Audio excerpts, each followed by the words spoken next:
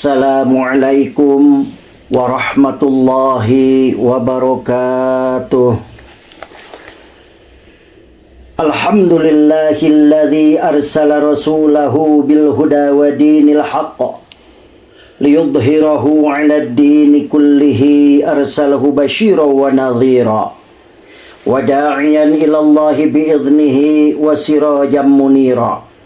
Asyhadu an la ilaha illallah wahdahu la syarika lah syahadatan takunu lana fil jinani kanzan ma'rufa wa asyhadu anna muhammadan abduhu wa rasuluhu kana bikullil khairati mausufa.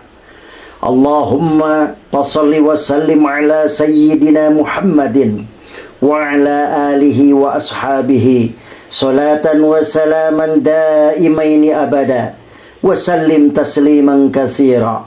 Amma ba'du. Bismillahirrahmanirrahim. Rabbi shrah li sadri wa yassir li amri wahlul 'uqdatam min lisani yafqahu qawli. Saudara-saudara yang dimuliakan Allah Subhanahu wa taala, pertama-tama marilah kita panjatkan rasa syukur kita kepada Allah Subhanahu wa taala yang dengan rahman dan rahimnya, dengan kasih dan sayangnya telah memberikan kepada kita nikmat iman dan Islam, kesehatan dan kekuatan, sehingga kita semuanya dapat beraktivitas sebagaimana biasa. Tidak lupa salawat dan salam marilah kita haturkan kepada baginda alam Nabi besar Muhammad sallallahu alaihi wasallam, kepada keluarganya, kepada sahabatnya, tabi'in dan atba'at tabi'in, dan kita semua sebagai umatnya semoga mendapatkan syafaatul udma fi yaumil qiyamah. Amin ya Allah ya rabbal alamin. Saudara-saudara, akhir-akhir ini banyak kejadian, peristiwa yang memilukan, marak di mana-mana, banyak kejahatan dan kerusuhan. Dan inilah indikator bahwa zaman ini sudah hampir berakhir atau disebut zaman akhir. Kenapa demikian? Karena di antara tanda-tanda datangnya hari kiamat adalah dengan merajalelanya kejahatan. Namun jika 4 pilar kehidupan dunia masih kokoh berdiri, maka insya Allah dunia ini juga masih kokoh. Lantas apa saja 4 pilar kehidupan dunia? Maka dalam kitab Dzurratun Nasikhin dijelaskan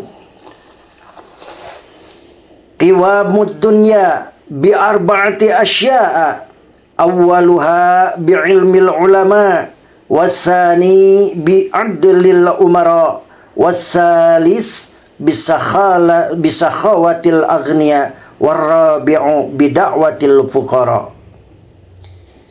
Dunia dibangun dengan 4 perkara.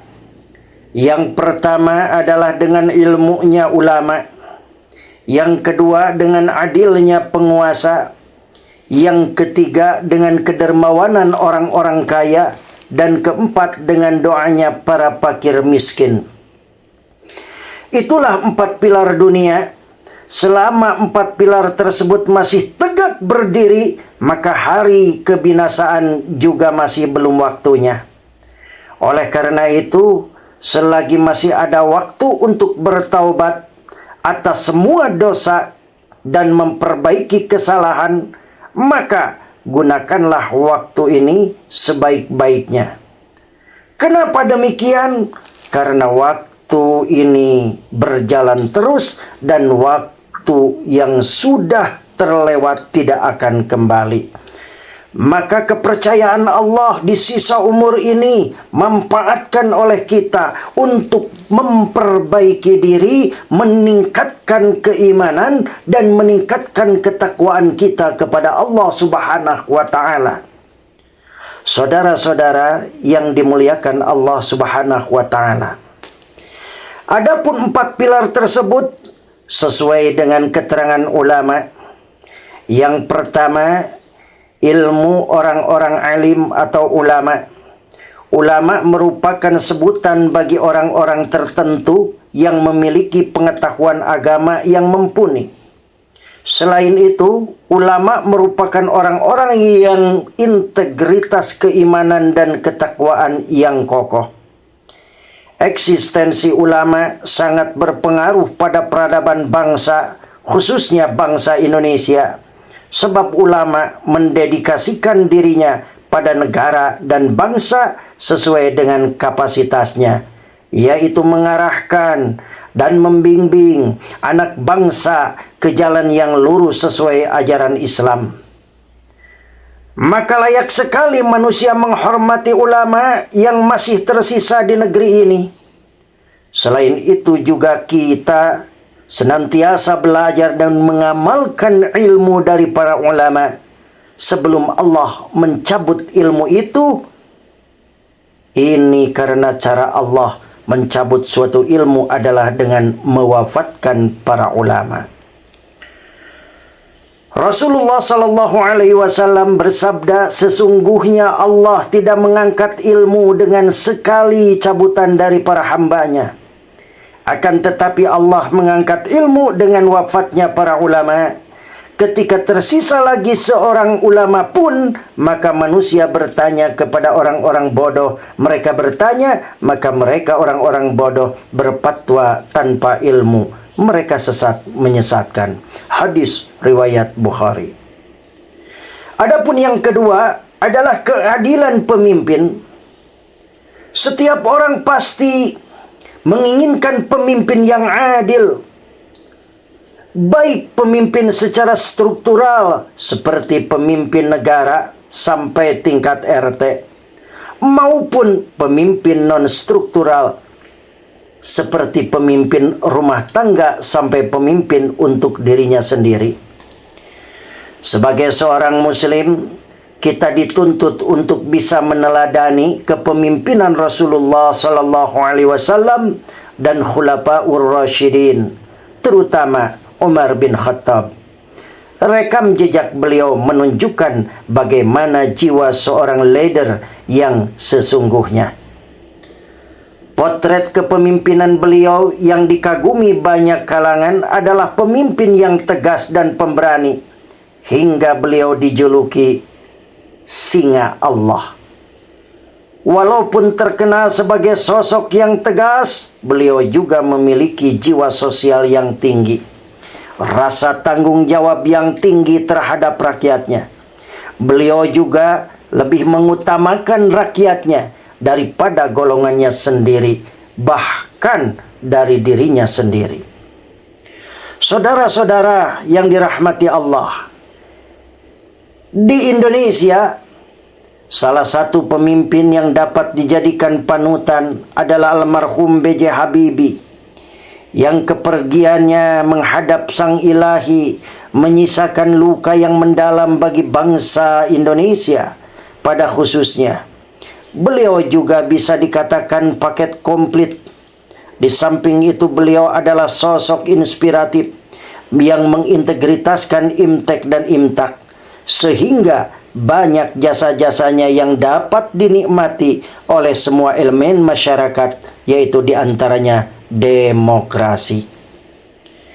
Adapun yang ketiga adalah kedermawanan orang kaya. Salah satu bentuk mensyukuri nikmat Tuhan yang tiada tara ini adalah dengan bersedekah, dengan bersedekah. Berbagi tidak menjadikan harta kita menjadi miskin, justru akan semakin bertambah dan bertambah. Di samping itu, sedekah mendatangkan keberkahan hidup, sehingga hidup damai dan tenang dan malas berbuat keburukan. Sosok inspiratif dari kalangan sahabat yang terkenal kaya raya dan dermawan adalah Abdurrahman bin Auf. Kedermawanan beliau akan selalu dikenang sepanjang masa. Konon, beliau adalah pengusaha keju dan mentega yang sukses. Beliau berkontribusi besar terhadap pembiayaan setiap peperangan sehingga beliau mendapatkan doa secara khusus dari Nabi besar Muhammad sallallahu alaihi wasallam sehingga kekayaannya semakin melambung tinggi. Saudara-saudara, adapun yang keempat, doanya para fakir miskin.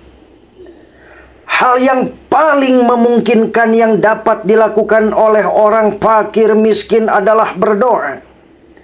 Karena berdoa tidak memerlukan ilmu yang tinggi, keadilan, apalagi kekayaan. Cukup iman dan keyakinan, itu sudah cukup di dalam hidup yang penuh keterbatasan ekonomi dan finansial, namun tetap bersabar adalah modal utama diterimanya doa.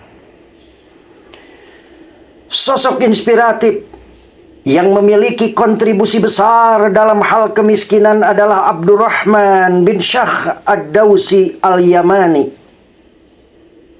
Mungkin kebanyakan orang merasa asing dengan nama itu, namun ketika nama lainnya disebutkan, pasti semua orang mengetahuinya. Siapakah beliau? Beliau adalah Abu Hurairah. Dijuluki Abu Hurairah karena beliau sangat menyayangi seekor kucing. Beliau adalah sahabat Nabi yang paling miskin. Lantas kemiskinan beliau tidak menjadikan dirinya hina.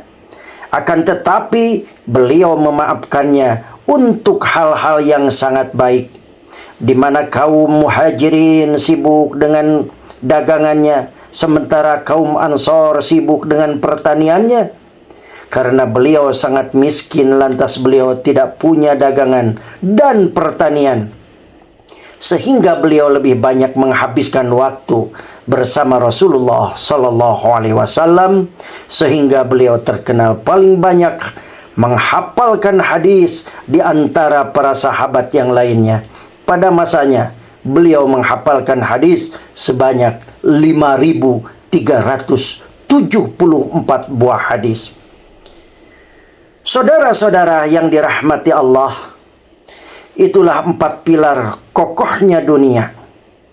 Keempatnya wajib kita jaga dan lestarikan bersama. Semoga kita semuanya dapat melaksanakan apa yang barusan sudah disampaikan atas bimbingan Allah Subhanahu wa taala, dan selalu kita memohon ridho Allah Subhanahu wa taala selama beraktivitas dan berkegiatan di dalam memperjuangkan kehidupan dan agama Allah Subhanahu wa taala. Mohon maaf yang sebesar-besarnya. Wabillahi taufiq wal hidayah. Wassalamualaikum warahmatullahi wabarakatuh.